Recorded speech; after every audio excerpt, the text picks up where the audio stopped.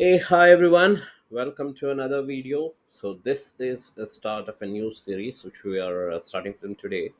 As I told in previous videos, we will start something on the public policy as well as political economy, and we will cover entire India. It's very India specific public policy and political economy related series. If this is becomes popular, then we can uh, do similar things for US as well as UK. Okay, so but yeah, our main focus would be India because yeah, that's the country we belong to. So yeah, so to understand about political economy and public policy, one of the most the best site I would recommend you is basically called as PRS. Okay, so this is PRS India. This is a company. It's a website, and it does legislative research work. If you see, it gives you the complete details of who are the MP, MLAs of the parliament and the state. Does some data regarding elections also. Legislatures it discusses about. Okay, and bills and acts it discusses about. Budgets it discusses about. So first, we will start with the budgets because that will give you a detailed overview of the public policy and the political economy. It also has some policy related science and technology policy. This would be interesting for us. And yeah, there are monthly policy reviews and annual policy reviews also as a part of this website. Okay, so we give credit to this company called PRS Legislative Research. Okay, and yeah, so we will just go through. This is our series starting from today, and we will use the literature from this particular website to understand the budgets. Okay, okay. So that's the topic. That's a series that's going to start from today, which is political economy as well as uh, public policy. That's the new series that we're going to start today. So we will first start with Telangana. Okay, so Telangana budget analysis we will go through. It was presented by Mallu Batti Vikramarka, who was the finance minister. And so coming to Telangana, we'll go through each state. We'll start with Telangana, then we'll go to Andhra Pradesh, and we'll pretty much cover all the states. This is needed because when you're in a country, you need to understand where the taxpayer money is going and how the allocation of the taxpayer money is happening, and yeah, what is the policy and how policy is shaping the economy of the state, and how political you need to have a good understanding of public policy and political economy, even if you are running your own business, right? So that's the thing. So let's delve deeper into this. Okay. So the GDP of Telangana state for 2025-26 is projected to be 18 lakh 325 crores, and a growth of 12% is being estimated to compared to the 2024-25. So 18 lakh 325 is the GDP. GSDP it is called, gross state domestic product. Okay, and expenditure excluding debt repayment is 2 lakh 84,837. This is an increase of 14% from the previous year. Receipts, which they are estimating are to be 2 lakh 30,838 crores. This is an increase of 14%. And fiscal deficit, if you say, it's target to be 3% of GSDP, which is 54,010 crores. So the policy highlights of the Telangana budget are mainly the government is focusing on education.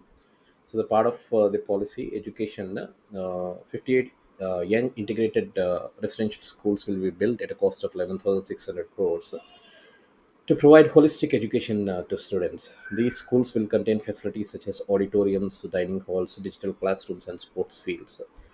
And students in these schools will be provided with accommodation, meals, uniform, notebooks, textbooks, and all other essential items free of cost. These schools will predominantly be powered by solar and wind energy. So education is a major focus area, and 58 residential schools are being provided with very good facilities by the government with a cost of 11,600 crores. Other than that, the other policy highlights are youth development. So Rajiv Youth Development Scheme has been launched with the initial funding of 6,000 crores to provide self-employment schemes to youth belonging to SC, ST, OBC, and minorities. Under this scheme, every eligible unemployed person will be provided financial assistance up to 4 lakh rupees. Rural development, establishment and maintenance of solar power plants is being entrusted to women self-help groups, and this project is expected to generate 1,000 megawatts of power and create job opportunities for women in the state. And industrial development, 5% of plots in new industrial parks will be allocated for women entrepreneurs and 15% to SC/ST entrepreneurs. SC and ST entrepreneurs will also receive land cost subsidy up to 50% and up to maximum limit of 50 lakhs. Stamp duty reductions, electricity tariff concessions, and land cost subsidies are also being offered for private factory complexes. The major focus is on education and youth development and rural development and industrial development. So the highlight Telangana economy is majorly comprised of agriculture, manufacturing, and services sector, and agriculture contributes 18% to the GSDP, and manufacturing contributes 16% of the GSDP, and services sector contributes to 67% of the GSDP. The per capita income of a guy in Telangana is 3,93,385. Okay, so that's how the sector's composition is there in the economy.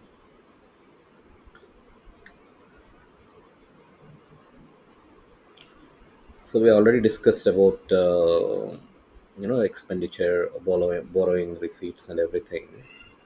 So we have discussed about the Telangana state domestic product is 18 lakh 325 crores. That's the estimate, and expenditure excluding debt repayment is 2 lakh 84 thousand 837 crores. Receipts are 2 lakh 30 thousand 828 crores. uh, okay, excluding borrowings, and fiscal deficit is 3% of GSDP.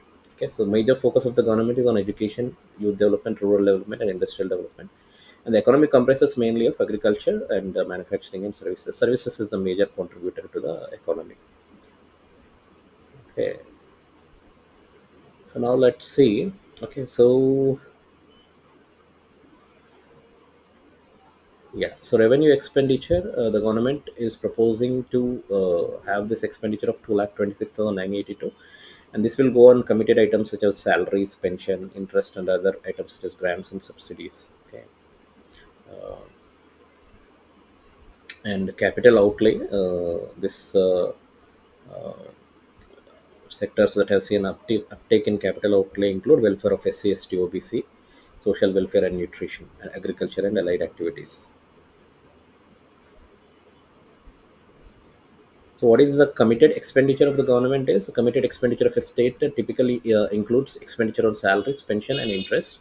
A large proportion of the budget allocated to committed expenditure items limits the state's flexibility to decide on other expenditures, such as capital outlay.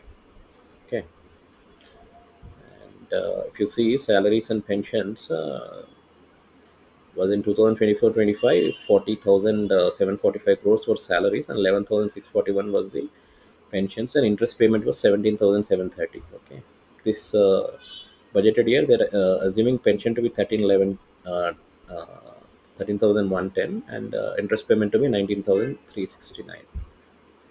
So a keynote here is, as per the performance audit report by CAG on Kaleshwaram project, it looks like there are some cost overruns in Kaleshwaram lift irrigation project. As per this CAG report, what does this say is the proposed cost was 81,911 crores and actual expenditure was 86,788 crores, which is 105% of the projected cost. But CAG has observed that the actual cost was to be 1,47,427, and the revised benefit cost ratio is 0.52 against 1.51. Okay, so this is a CAG report, which is highlighted here as per the source from CAG. Okay, yeah. So now let's see of these how is the sector-wise expenditure of the government in the budget. So if you see, the below sectors contribute to 71% of the total expenditure. Okay, welfare of SC, ST, OBC, and minorities, and this itself comprises 47%. Okay, and the expenditure of this one is 32,473 crores. So if you see sector-wide expenditure, welfare of SC, ST, OBC, and minorities this year, their budget estimate is 32,743, which is 47% increase, and 1,000 crores are allocated towards the Telangana Dalit Bandhu scheme. And agriculture and allied activities 26,684. This is reduced from the previous year. 35% reduction is there. 18,000 crores are allocated towards investment support for scheme for farmers, which is Raitu Bharosa. Education, sports, arts, and culture 23,729 crores are allocated for this. 10% increase is there. So 12,601 crores are allocated towards assistance to local bodies for primary and secondary education. Social welfare and nutrition 23,158 crores, 5% increase. 14,861 crores are allocated towards Cheyuta pensions. Energy 19,617 crores, 35% increase. 8,260 crores are allocated towards state discom for agriculture power subsidy. Irrigation and flood control 13,478 crores are allocated, 9% increase. 2,685 crores is allocated towards capital outlay and Kaleshwaram project. Housing is 12,744 crores, 761% increase. 7,927 crores is allocated towards Indirama housing scheme for urban and rural poor. Health and family welfare 12,742 crores, 14% increase. 1,034 crores are allocated towards Arogyasri Healthcare Trust.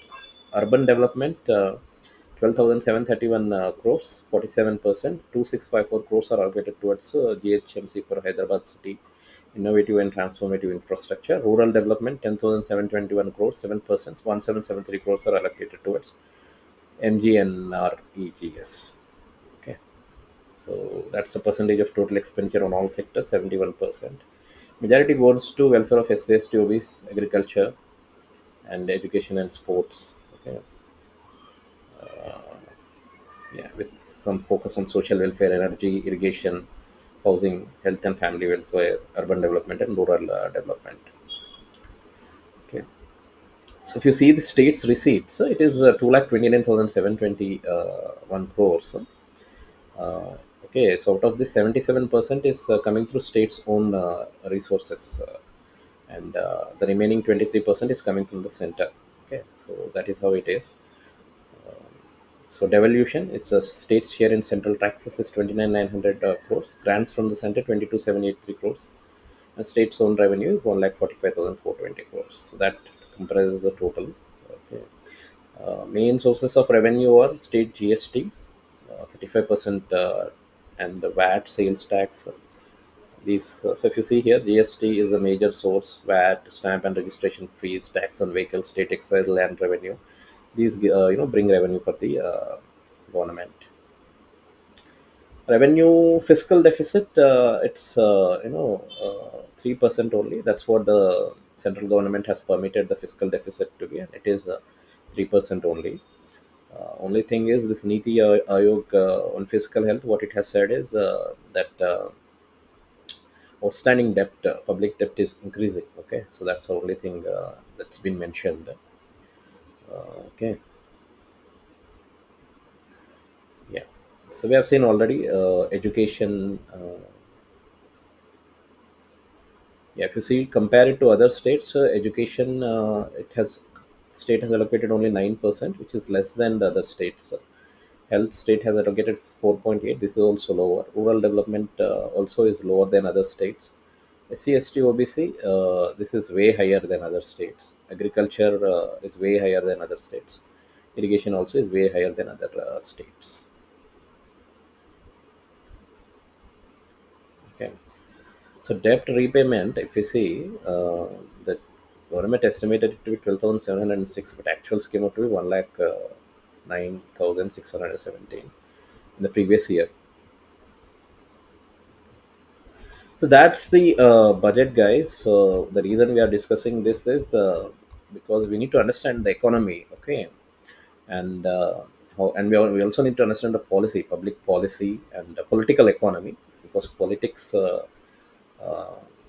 and the state economy, basically political economy also comprises of the state economy. So an understanding of this will help you to get a comprehensive picture of the business environment in the state you are operating. It will also allow you to understand opportunities that are there, uh, which you can capitalize to look for new business opportunities, and it will give you good knowledge actually how different states and how our country is operating, and how the taxpayer money is being utilized by the government.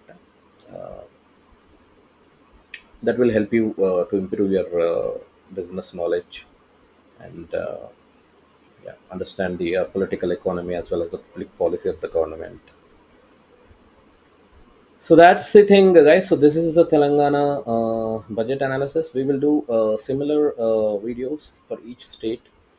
I started with Telangana because I am from Hyderabad, but yeah, we will do Andhra budget analysis also. We'll go through pretty much all the states. And if I have data, I will also try to see how the US budget, as well as the UK budget.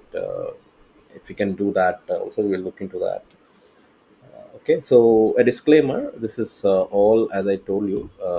A disclaimer is published in this website also. I just wanted to bring it to your notation.